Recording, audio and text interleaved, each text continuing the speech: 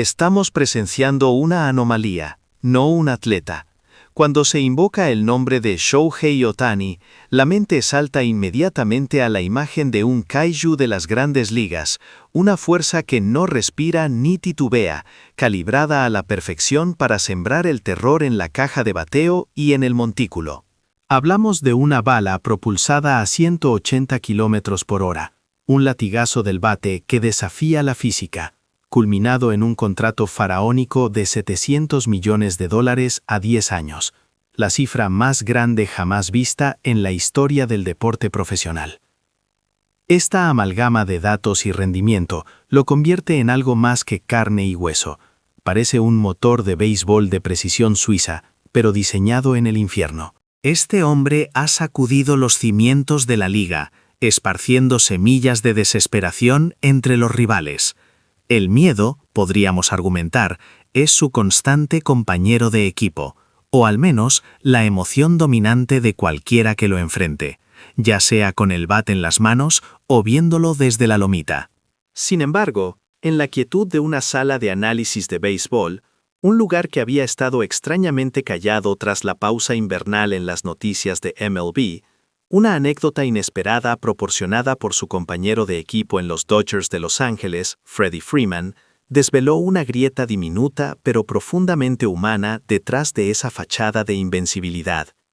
Fue un momento que provocó una risa inesperada, casi un alivio, en el aire denso del comentario deportivo. Freeman relató que incluso una superestrella de la concentración implacable tiene sus momentos de presión y seriedad en la vida cotidiana, fuera de los flashes y el diamante.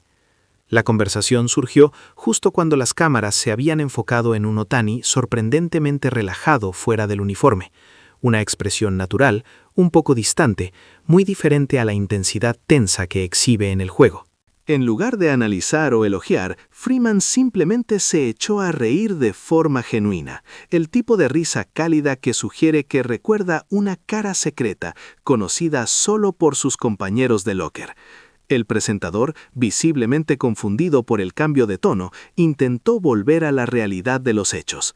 Esperen un momento, estamos hablando de Shohei Ohtani, el hombre que batea a 180 kilómetros y que en el montículo es un alienígena en cuanto a control.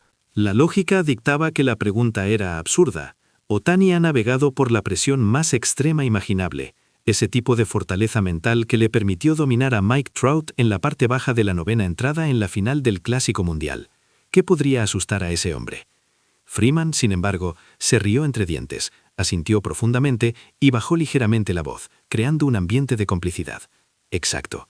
En el campo no le teme a nada. Cary es verdaderamente invencible, ya sea en el box o en el mound, concedió, utilizando el diminutivo afectivo. Pero fuera del campo, ahí la historia es otra. La expresión de Freeman trascendía el mero humor. Era una mirada de calidez, incluso de cierta superioridad compartida, que solo puede tener quien entiende el rostro ordinario y adorable escondido tras el traje de superhéroe perfecto. Sabía que la historia que estaba a punto de contar alteraría, aunque fuera mínimamente, la percepción pública de Ohtani. Aquí es donde entra el dato crucial, la pieza que nos obliga a cuestionar la máquina. Muchos analistas, como el renombrado Kenji Tanaka, han enfatizado que la clave del rendimiento de Ohtani reside en su capacidad para compartimentar.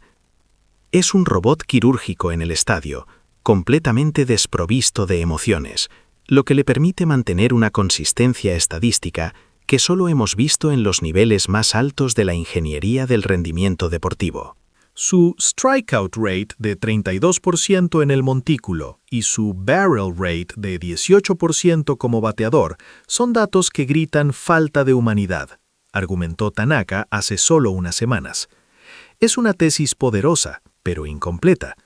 Y si esa supuesta falta de humanidad fuera de hecho el resultado de una disciplina férrea impuesta para poder gestionar la otra parte de su vida, Freeman no dudó en refutar implícitamente esa visión tecnocrática. La gente ve los 700 millones y olvida que ese dinero se traduce en 700 millones de expectativas fuera del campo también, continuó Freeman. Le preguntamos cómo manejaba la presión de la prensa, los viajes, la doble tarea, y Otani, que siempre tiene una respuesta medida, un poco vaga, de repente se encogió de hombros.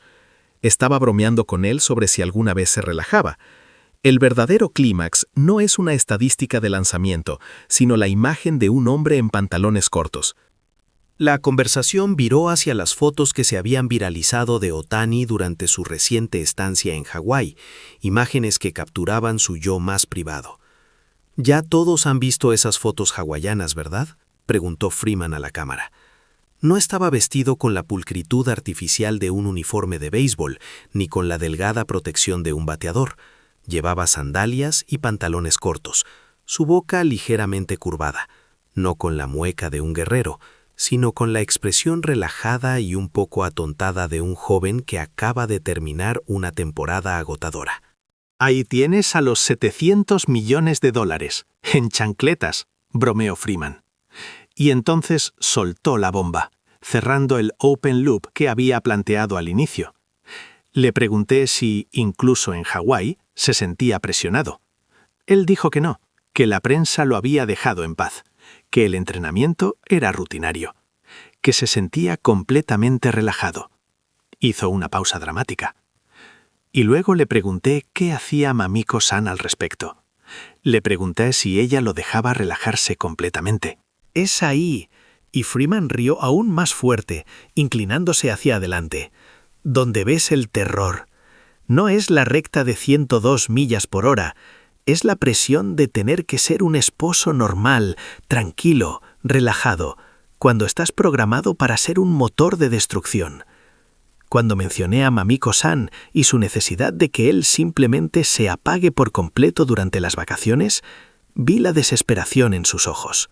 Me dijo, con esa seriedad absoluta que usa para hablar de sus rutinas de pitching, que la única cosa que realmente le aterroriza es fallar en su obligación de ser un ser humano ordinario durante el receso. La mirada que le da Mamiko-san cuando lo encuentra revisando datos de swing en su teléfono durante lo que se supone que son unas vacaciones es, y cito sus palabras textuales, más intimidante que cualquier slider de Clayton Kershaw. El terror de Otani no está en el montículo, sino en la sala de estar. Es el miedo a defraudar la paz doméstica, el desafío más grande para una máquina construida para la guerra. Es en esa vulnerabilidad, en ese intento por equilibrar el monstruo de 700 millones con el hombre en sandalias, donde reside la verdadera y aterradora fuerza de Shohei Otani.